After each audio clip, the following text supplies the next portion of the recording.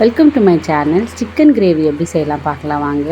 Case அடுப்பில் ஒரு கடாய் வச்சு 100 ml எண்ணெய் விட்டு எண்ணெய் சூடானதுக்கப்புறமா 1/2 டேபிள் ஸ்பூன் சோம்பு சேர்த்துக்கோங்க. சோம்பு சேர்த்ததுக்கப்புறம் 3 மீடியம் சைஸ் வெங்காயம் வந்து ரொம்ப பொடியாக நறுக்கி சேர்த்துருக்கேன். வெங்காயம் எந்த அளவுக்கு நீங்கள் பொடிசாக கட் பண்ணுறீங்களோ அந்த அளவுக்கு கிரேவி வந்து நல்லா திக்காக இருக்கும். 2 கொத்து கருவேப்பிலை ஆட் பண்ணதுக்கப்புறம் கரண்டி வச்சு நல்லா திரை விட்டுட்டு ஒரு மூடி போட்டு லைட் ப்ரௌன் கலர் ஆகிற வரைக்கும் ஆனியன் நல்லா வதங்கட்டும்.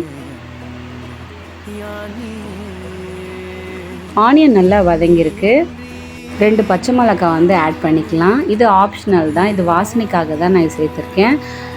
1 டேபிள் ஸ்பூன் இஞ்சி பூண்டு பேஸ்ட்டு சேர்த்துட்டு நல்லா வதக்கி விடுங்க. நான்வெஜ் செய்யும் போது இஞ்சி பூண்டு பேஸ்ட்டெல்லாம் வந்து இன்ஸ்டண்ட்டாக அரைச்சி சேர்க்கும் போது அதோட வாசனை ரொம்ப நல்லாயிருக்கும், டேஸ்ட்டும் நல்லாயிருக்கும். 2 மீடியம் சைஸ் தக்காளி வந்து ரொம்ப ஃபைனாக வந்து கட் பண்ணி சேர்த்துருக்கேன். 3/4 டேபிள் ஸ்பூன் உப்பு போட்டிருக்க தக்காளி வந்து நல்லா குழஞ்சி அதில் வந்து எண்ணெய் பிரிகிற அளவுக்கு வந்து நல்லா வதங்கட்டும்.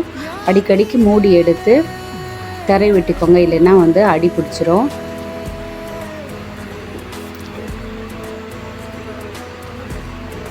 தக்காளி நல்லா வதங்கி எண்ணெய் பிரிஞ்சிருக்கு. தக்காளி வந்து கரண்டி வச்சு நல்லா லைட்டாக வந்து மசிச்சு விடுங்க. அப்படி மசிச்சு விடும் போது உங்களுக்கு மசாலாவோட நல்லா செட் ஆகிடும். அப்படி இல்லைன்னா தக்காளி வந்து தனித்தனியாக இருக்கும்.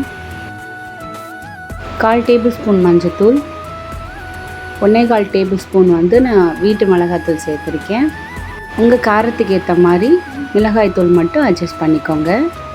கறி குழம்பு, கிரேவி இந்த மாதிரிலாம் நம்ம நான்வெஜ் செய்யும்போது மிளகாய் தூளோட கொஞ்சம் பெப்பர் பவுட்ரு வந்து நீங்கள் சேர்த்து சமைக்கும் போது அதோட வாசனையும் அதோட ருசியும் வந்து ரொம்ப நல்லாயிருக்கும். 1/2 kg சிக்கனை வந்து நல்லா வாஷ் பண்ணி எடுத்து வச்சுருக்கேன். இப்போ இது சேர்த்துடலாம். சிக்கனை வந்து நல்லா மசாலாவோட நல்லா மிக்ஸ் பண்ணிவிட்டு அதை வந்து மூடி போட்டு ஒரு 2 minutes வந்து குக் பண்ணுங்கள். சிக்கன்லேருந்து லைட்டாக தண்ணி வரும், அதுக்கப்புறம் நம்ம வந்து தண்ணி ஆட் பண்ணிக்கலாம். சிக்கன் வந்து ரொம்ப சீக்கிரத்தில் வெந்ததுனால நம்ம ஜாஸ்தி தண்ணி சேர்க்க வேண்டாம். நான் மீடியம் கிளாஸில் வந்து 2 டம்ளர் வந்து தண்ணி விட்டுருக்கேன். ஒரு மூடி போட்டு ஒரு 10 minutes வந்து சிக்கனை குக் பண்ண விடுங்க. இடைக்கு நீங்கள் கிளறியும் விட்டுக்கோங்க, இல்லைன்னா அடி பிடிச்சிடும்.